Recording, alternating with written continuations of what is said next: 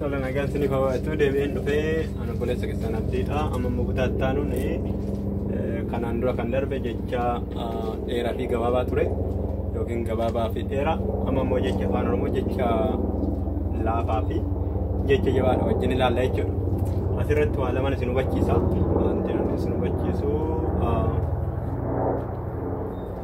inni tokko qubee xixiqqaatee barreeffame kana laaltu. Isa kanaa fi isa kana akkasuma qubee guguddatee barreeffame kana isa kanaa fi isa kana ilaaltu jechuudha. Dursa garuu qubee xixiqqaatee barreeffame kana laallaa jechuudha. Kuman jalqaba isiniin jedhee isiniif tuquu yaalee qubeen afaan Oromoo keessatti jecha keessatti jecha gabaabaa fi dheeraa uumuudhaa fi qubeewwan afaan Oromoo dubbachiiftu irratti hundaa'uun isiniin jedhe jechuudha. Qubeewwan afaan Oromoo dubbachiiftu irratti hundaa'uun isiniin jedhe. Kanaaf dubbachiiftu afaan Oromoo qubee A, E, I, O, U 5tu jira. Isaan kun yoo kophaa isaanii tokkitti ta'anii galan, tokkitti ta'anii yoo akkasitti barreeffaman, isaan kun qubee gabaabduu godhu jechuudha. Jecha tokko jecha gabaabaa godhu jechuudha. Isaan kun yoo dheeratanii galan, lama ta'anii yoo galan, isaan kun jecha tokko dheeraa godhu jechuudha. Dheeraa godhu jechuudha.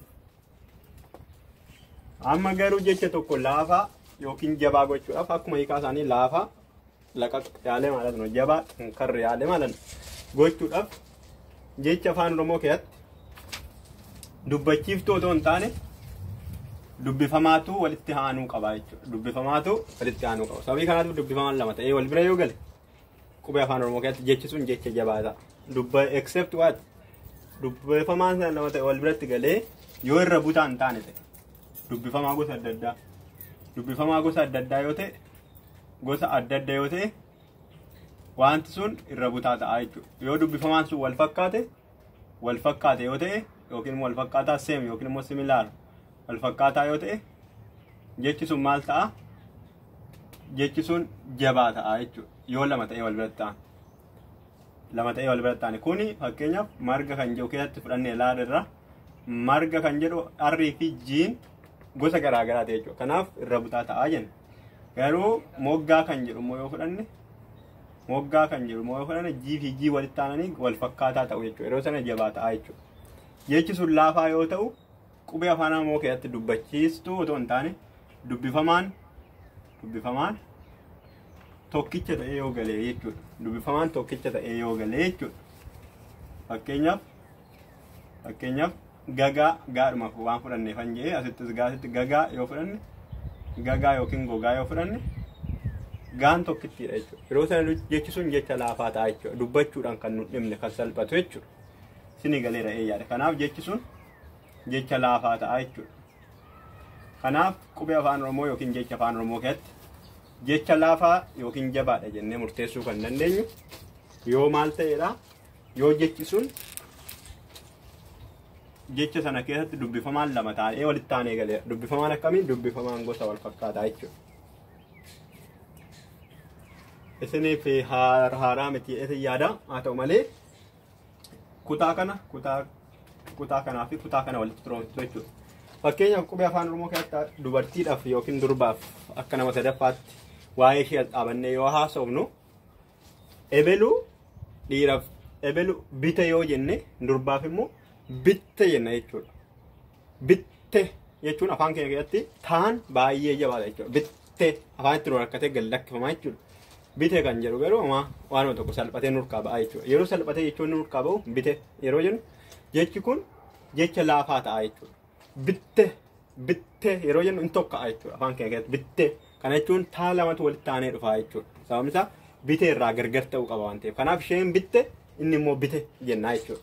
Maal fakkeenyaaf kubbaa argitanii kubbaa bite dhiiraaf kubbaa bitte.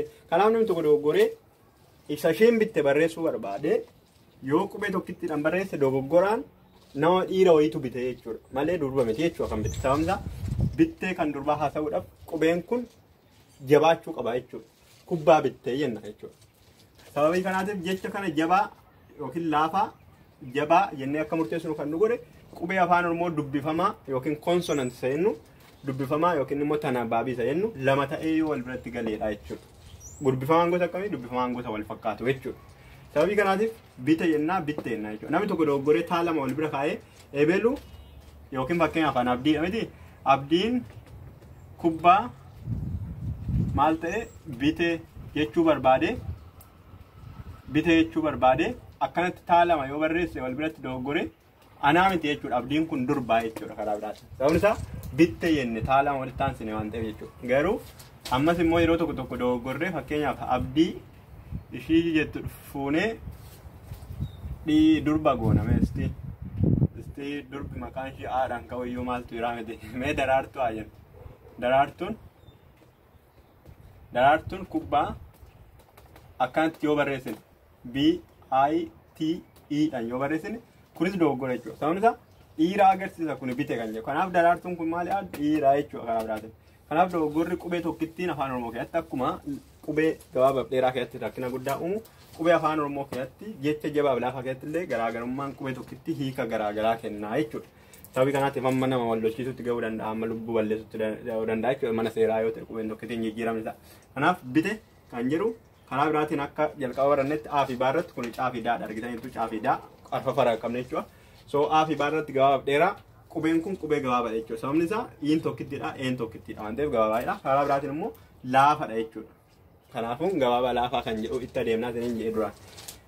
Bitte jechuudha. Asitti badee kan jedhu qubeen tokkittiidha, baan tokkitti yaa'u qubee afaan Oromoo keessatti yoo jecha dachaa ta'e malee jecha dachaa yoo ta'e isaanii nan duraan isiniin jedhe jechuudha. Jecha dachaa cha, dha, akkasuma sha, nya, akkasuma immoo pha, akkasuma tsaa, akkasuma immoo ja yoo isaan akkanaa ta'uu baate qubee afaan Oromoo keessatti gonkumayyuu jalqaba aanuu hin qaban wannoon lama jechuudha. Maaltu qubeen afaan Oromoo dubbifaman lama walitti aananii fakkeenyaaf baa daa akkanatti walitti aananii ka'uu hin jalqaban jalqaba irratti jechuudha. Qubee afaan Oromoo keessatti jalqaba irratti akkanatti hin xumuraman. Akkanatti hin jalqaban akkanatti hin xumuraman jidduutti dhufu jechuudha. Maaltu qubee jabaan jechuudha. Qubee jabaan afaan Oromoo jidduutti dhufa jechuudha.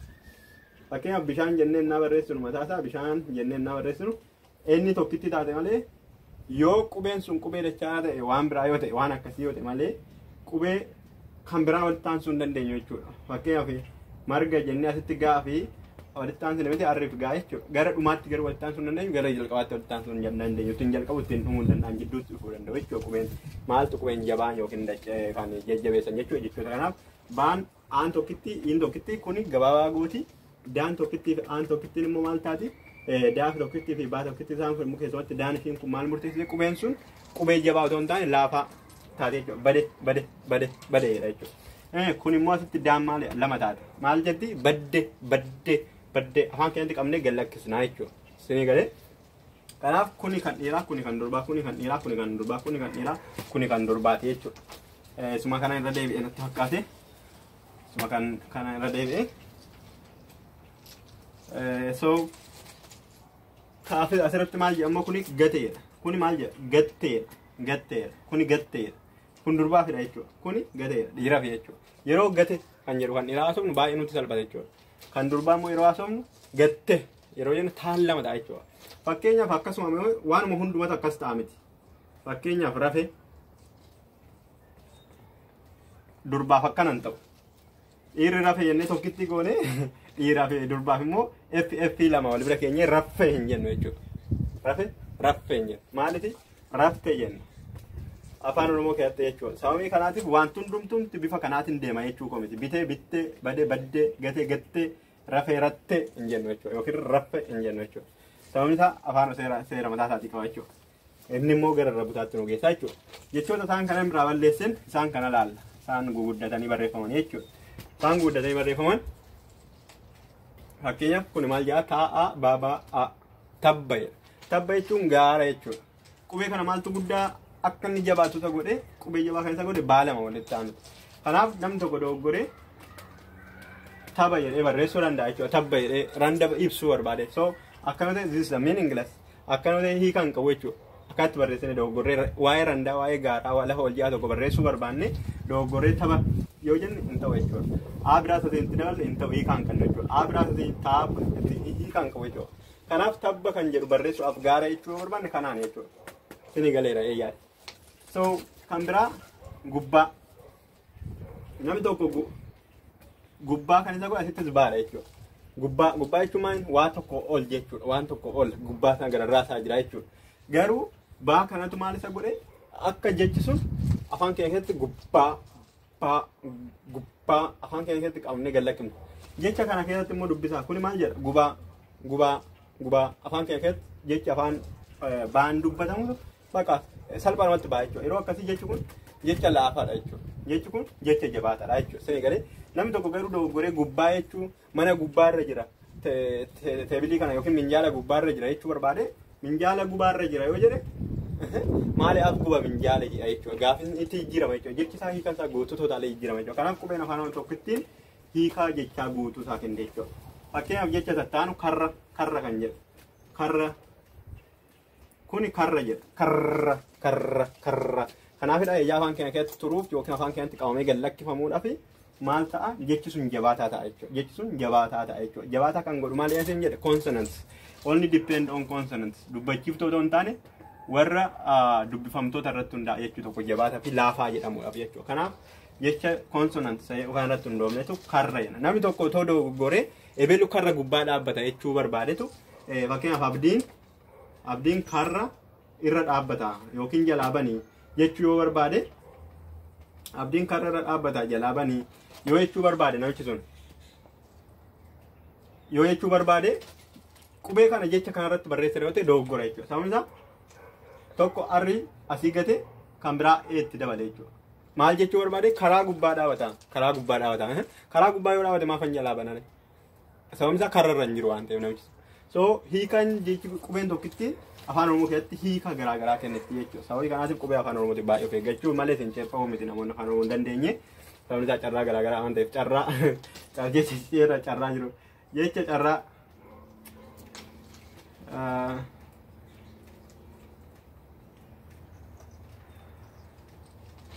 egaa jecha carraa yeroo kana haa ilaallu. Namoonni tokko bifa kanaatiin barreessu, namoonni tokko bifa kanaatiin barreessu, namoonni tokko bifa kanaatiin barreessuu danda'u, namoonni tokko bifuma garaagaraatiin barreessu, kan akkasittis barreessanii dhibanii waan baay'eedha hiika baay'ee. Sababni isaa sababii qubee hin beekne jechuudha. So jechi kun jecha carraa jedhu carraa maaliif arriidhumatu dheeressa. Karaa kanaan qubeetu dheeressa. Karaa kanaan arriitu jabeessa. Karaa kana qubee aatu gabaabsa. Kanaafuu iddoo aan gabaabsitetti ca jennee gabaabsine iddoo arriin jabeessitetti jennee iddoo aan dheeressitti immoo raa jenna jechuudha. Carraa jenna jechuudha. Afaan keenya keessatti. Kanaaf jecha tokko akka salphaatti barreessuudhaaf shaakalli nuti guddaan nuti goonu dubbisuu yookiin sagaleessuudha jechuudha. Dubbisuu yookiin sagaleessuu yookiin immoo akkamitti nuti itti dubbannudha jechuudha. Akkaataan nuti jecha tokko itti dubbannu akkaataa nuti itti barreessinu murteessa jechuudha. Fakkeenyaaf boonaa.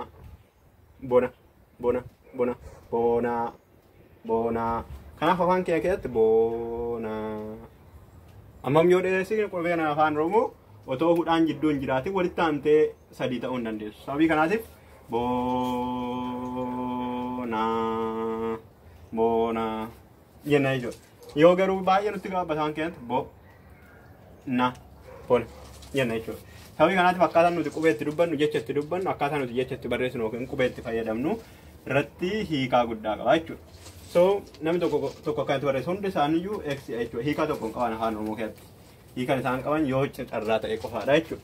Kan biraa kubbaadha. Kubbaa isiniin jedheera.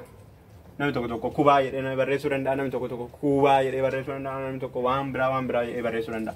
Qubeen afaan Oromoo kubbaa yookiin kan ittiin taphatan bool isa jennu hiikuudhaaf yoo ta'e yookiin kwaas agarsiisuudhaaf kubbaa kan jedhu kana qofaadha jechuudha. Hiikan sababni isaa baatu jabeessaa godha. Een immoo lama taa'ee wal biratti galtee dheeraa gootee uun tokkittiin immoo gabaabduu isa gootee jechuudha. Qubeeta amma maatu gidee keessatti jechi dachaadhaan jalqabe hin jiru. Dachaadhaan otoo hin taane jabaa ta'ee kan jalqabe hin jiru. Fakkeenyaaf baabaan lama walitti taanee hin jalqabu. Baabaan lama walitti taanee hin xumuramu jechuudha. Dhumarratti. Gidduudhumatti dhufaa jechuudha wantoonni akkasaa baay'eensaa. Fakkeenyaaf Dassaalanyi kan jedhu yaa afaan keenyas miti. Dassaalanyi kan jedhu nyaan kun jecha jabaatadha jechuu hin dandeenye. Jecha dachaadha malee dhumarratti yoo dhufe jechuudha. Fakkeenyaaf kuni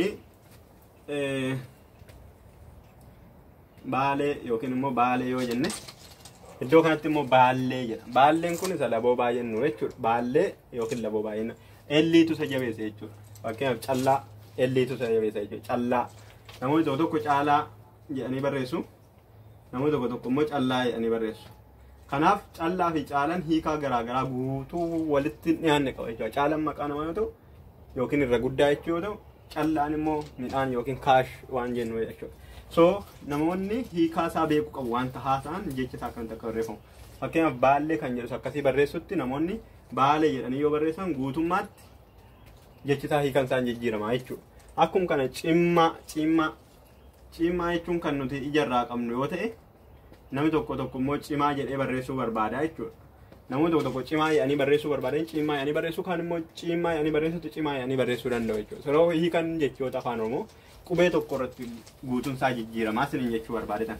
Galatooma waaqayyo isin eebbisu jechoota biraatiin immoo walitti deebinee wajjin qo'anna. Jechooti itti aanan jecha gabaabaa, jecha dheeraa, jecha laafaa fi jabaa laallerraa shanaffaa irratti immoo jechoonni akkamitti wal maku. Gabaabaa ta'anii dheeraa akkamitti ta'u akkasuma immoo dheeraa ta'anii gabaabaa akkamitti ta'u jecha 11ffaa 12ffaa isaaniitti dabale jechuudha. Akkuma kana immoo jechoota afaan Oromoo keessatti jechoonni akka salphaatti jijjiiraman. Fakkeenyaaf akka salphaatti kan jijjiiraman jennee kan nuti ilaallu. Jechi tokko immoo laafaas ta'e akkamitti dheeraa ta'uu danda'a. Laafaa ta'e akkamitti gabaabbata. Akkasuma immoo dheeraa ta'e akkamitti jabaata. Dheeraa ta'e immoo akkamitti laafaa ta'e nu ilaalla jechuudha. Galatooma eebbifamaa.